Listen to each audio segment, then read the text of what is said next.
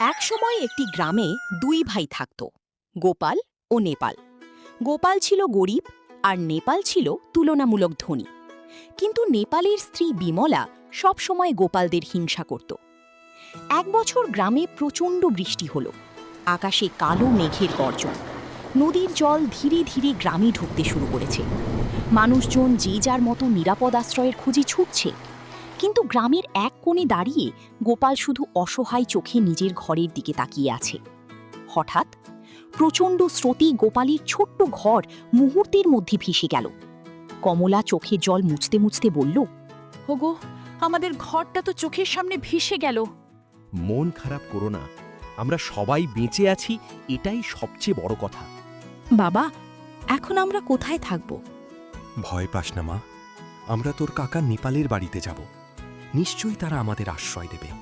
অনেক কষ্টে একটি ভেলায় করে গোপাল তার পরিবারকে নিয়ে ভাই নেপালের বাড়ি পৌঁছালো। নেপাল তাদের দেখে হতবাক। দাদা, তোমাদের এই অবস্থা হলো কিভাবে? ভাই, বন্যায় সব ভেসে গেছে, কয়েকদিন যদি আশ্রয় দিতে পারিস। নেপাল কিছু বলার আগেই বিমলা এগিয়ে এলো। আশ্রয় এখানে? হ্যাঁ বৌমা, বন্যার পানি না নামা পর্যন্ত। না, এখানে থাকার কোনো ব্যবস্থা হবে না, আপনারা অন্য কোথাও যান। সরলা, এরা আমার নিজের দাদা। তাতে কি হয়েছে? আমরা কি সারা গ্রামের দায়িত্ব নিয়েছি? আমরা বেশি কিছু চাই না, শুধু মাথা গোজার একটু জায়গা দিলেই হবে। না, মানে না, আপনারা অন্য কোথাও যান। পূজার চোখে জল চলে এলো। কাকিমা, আমার খুব ভয় করছে। কিন্তু বিমলার মন গলল না। রাত নামতে শুরু করেছে। আকাশে আবার বিদ্যুৎ চমকাচ্ছে। গোপাল দূরে একটি বিশাল বটগাছ দেখল। বাড়ি না পেয়ে তারা নেপালের বাড়ির সামনের বড় বটগাছের নিচে গেল। ভেলাটা গাছের সাথে বেঁধে দিই, অন্তত আজ রাতটা এখানে কাটাই। সারা রাত তারা ভেলাতেই কাটিয়ে দিল।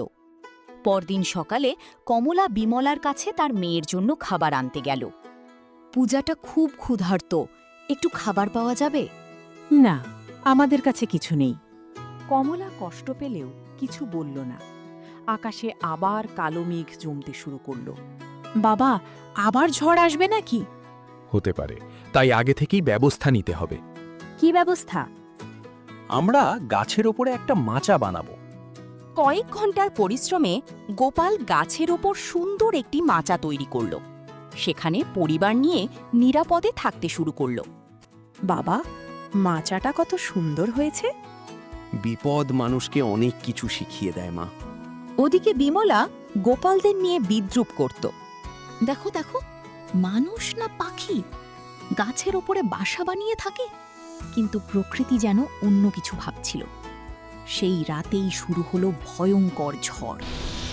হাওয়ার গতি এত বেশি যে নেপালের পাকা ঘরও কাঁপতে লাগল।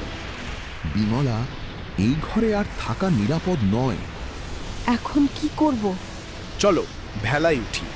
তারা বাইরে বের হতেই ঘরের একাংশ ধসে পড়ল। দুজনেই আতঙ্কে চিৎকার করতে লাগল।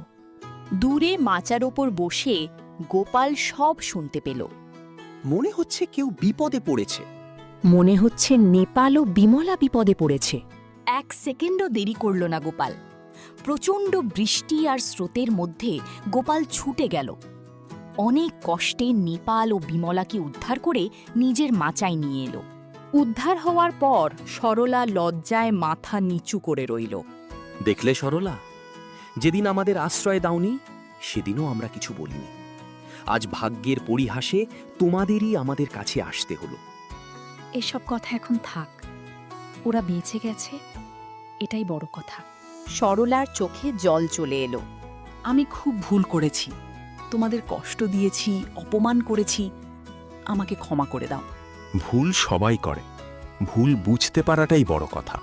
সেদিনের পর সরলা আর কখনো কাউকে ছোট করে দেখেনি। সে বুঝেছিল বড় ঘর মানুষকে বড় করে না, বড় মনই মানুষকে সত্যিকারের বড় করে। আর বিপদের সময় যে মানুষের পাশে দাঁড়ায় সেই প্রকৃত আত্মীয়। এরপর থেকে দুই পরিবার মিলেমিশে সুখে শান্তিতে বসবাস করতে লাগলো।